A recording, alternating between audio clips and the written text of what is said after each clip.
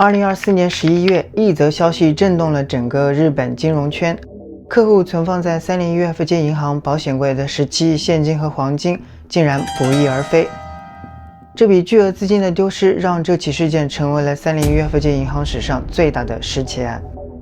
而三菱 UFJ 银行是号称全日本最大、最安全的银行，在这样的地方，现金和黄金又怎么可能会消失呢？案件的核心人物直指一位平平无奇的40多岁中年女性山崎由香里。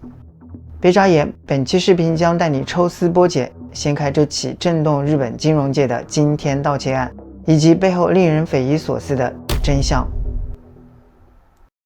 大家好，我是小柯，也有人叫我充电宝。今天我们来给真相充点电。千代田区丸之内，这里是东京最核心、最昂贵，也是最具权力象征意义的区域之一。它位于东京站与皇居之间，高楼林立，聚集着日本最顶级的企业总部与金融机构。这里被称为日本的金融心脏，而在这片金融核心地带，矗立着一家银行的总部——三菱 UFJ 银行。三菱 UFJ 银行也被称为三菱日联银行，是日本资产规模最大的银行，隶属于三菱日联金融集团。它与三井住友银行、瑞穗银行并称为日本银行三巨头。按理说，它应该是最安全的代名词，但巨额现金被盗的故事偏偏发生在这里。时间来到2024年10月31日，这一天，一名三菱 UFJ 银行的客户前往银行保险柜清点自己存放多年的财产。可当他打开保险柜时，原本存放在里面的巨额现金竟然不翼而飞。他立即向银行方面报告，银行起初甚至难以置信，在与客户反复确认之后，才意识到事态的严重性，随即展开了内部调查。而随着调查的深入，银行职员山崎由香里的名字也逐渐浮出水面。当银行方面直接找到他时，他没有否认，而是当场供认了全部的犯罪事实。根据调查结果显示，山崎由香里利用职务之便，在2020年4月至2024年10月，长达4年半的时间里，在立马支店与玉川支店2家分店，涉嫌从100多名客户的保险柜中盗取现金、黄金、珠宝等财物，金额高达17亿日币。问题来了，第一，在长达4年的时间里，为什么没有客户发现异常？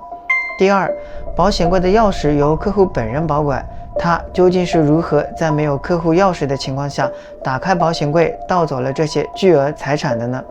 接下来才是整起案件真正令人细思极恐的部分。三菱 UFJ 银行的业务范围非常广，从个人存款、转账、贷款到企业融资、信托管理等等，几乎覆盖了所有的金融服务领域。而保险柜租赁只是其中的一个看似极其不起眼的业务，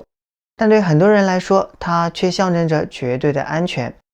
在日本，银行保险柜通常像一排排金属柜一样，整齐排列在独立房间内，只要通过审核，任何人都可以付费租用。很多人把房产证、保险单、遗嘱，甚至黄金、珠宝、现金长期存放其中，年租金也只需要约为16000到3万日币不等，价格不高，却买的是一份安心。不过也由于一些来路不明的巨额现金，一些客户想要绕开监管，会把现金存放到保险柜中，而银行出于个人隐私是不会检查客人存放的物品的，所以银行保险柜成了存放现金的好去处。在三菱 UFJ 银行，保险柜大致可以分为2种类型：自动型以及普通型。自动型保险柜安全级别最高，进入保险柜区域首先需要刷卡，进入之后还要输入密码或进行指纹识别，原则上仅限签约本人使用，哪怕是配偶或子女也无法随意进入。而另一种普通型保险柜属于稍旧的传统类型，开启流程相对复杂，客户需要提前向银行申请，确认个人印章，核对身份信息，而真正打开保险柜时，必须要用客户钥匙和银行保管的钥匙同时插入才能开启，少一把都打不开。而本次被盗的正是这种普通型的保险柜。和刚刚说到银行钥匙不同，客户钥匙通常有2把，一把主钥匙由客户本人保管，另一把备用钥匙由银行代为保管。如果客户遗失钥匙，银行可以使用备用钥匙协助开启。听起来似乎万无一失，但关键在于备用钥匙的管理。为了防止被擅自使用，备用钥匙必须在银行工作人员的见证下封存在信封内。信封上首先盖上客户本人的印章，然后再加盖至少3名银行管理层的印章。最后，这封信会被单独存放在银行内部的一个独立保险箱中。不仅如此，每一次进出保险柜时都必须登记详细的信息，并且还有第三方机构定期检查钥匙的管理情况。多重制度、多重封印、多重监管，按理说这几乎是一套不可能被突破的系统。但山崎邮箱里在长达4年的时间里，几乎完美地绕开了所有的这些流程与检查，无一人发现。他一次又一次将邪恶之手伸向了金库。2020年至2024年，山崎邮箱里先后担任练马支店营业部科长以及玉川支店支店长代理。他本人正是保险柜管理的负责人，也就是说，客户所有的备用钥匙都由他亲自保管。原本以为他的作案手法会非常复杂，但经过他本人的供认，他的作案手法并不高明，甚至可以说简单到令人震惊。日本银行营业时间为上午9点至下午3点，3点柜台关闭后，网点进入整顿与结算时间。就是在这个时间段，他会打开那些已经盖满印章、层层封存的备用钥匙信封，取出钥匙之后，打开客户的保险柜，拿走现金或贵重物品，然后重新涂上胶水，再次封存，把钥匙放回原位，一切神不知鬼不觉。当然，他还有后手，他会在客户盖章之际找些理由，把客户的印章盖在事先准备好的新的信封上，悄悄地当作备用。而其他管理层的印章对他来说也并不是难事。这些没有使用的备用信封成为了重要的作案工具。由于他本身就是保险柜负责人，进出保险室自然也不会引起任何怀疑。而所谓的第三方检查，其实是30UFJ 银行旗下的子公司负责，每次检查他都必须在场陪同。换句话说，他不仅知道检查什么时候来，他还知道检查机构会检查什么。当然，并非所有的客户都毫无察觉。有客户发现存放的物品数量不对，向银行提出质疑，这时他会在第一时间站在客户一边，表现出同样的震惊，甚至假装在银行内部找到了遗失物。他制造一种错觉，问题不在银行，而是在客户的记忆，对客户进行心理操控。但如果遇到存放巨额现金的客户，这种话术显然行不通。那他怎么办？他会奉行拿来主义，拆东墙补西墙。当有预约客户要开柜时，他会提前从其他客户的保险柜中取出现金，补上这个缺口，就像一场内部的庞氏拆借，资金在不同保险柜之间流动，只为了一个目的，避免当场露馅。为了精准掌控每个保险柜的内容，他在电脑中还建立了一份详细的清单，里面他记录了客户的姓名、存放物品、金额数量等等各种信息，甚至他用手机拍下了大约1000多张保险柜内部的照片，并整理成 Excel 文档。他会对照照片精准还原，比如金额摆放的位置、角度，甚至现金的排列方式，还原成客户存放的最初模样。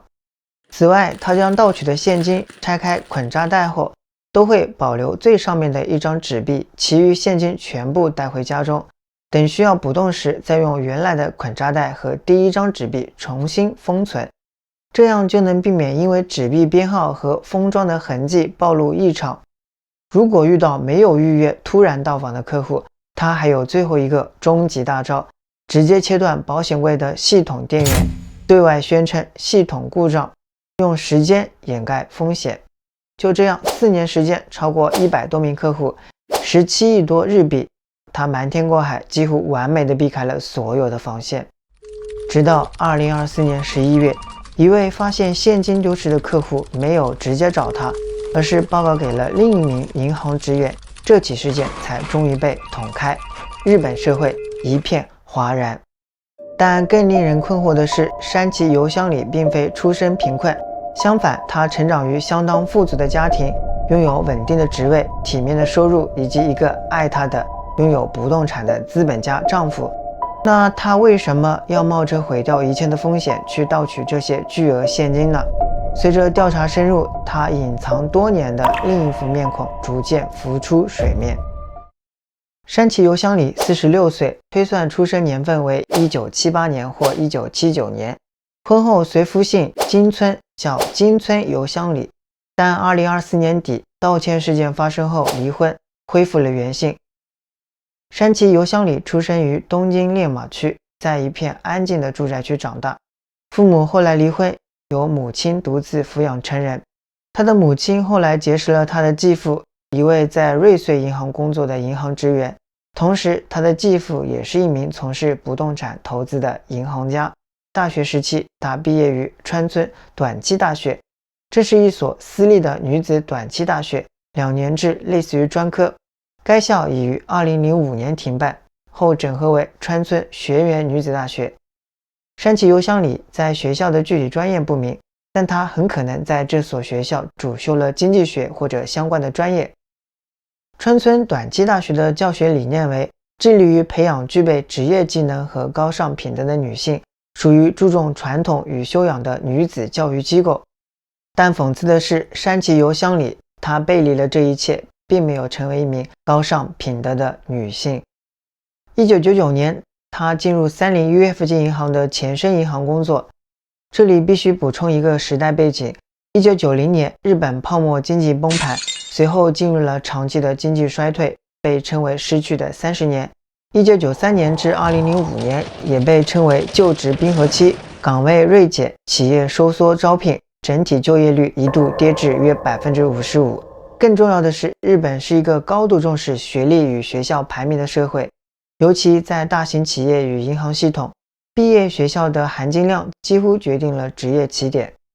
而山崎由香里在1999年就职冰河期最严峻的阶段，以短期大学的学历成功进入银行系统，这不仅仅是运气，更说明他当年足够优秀。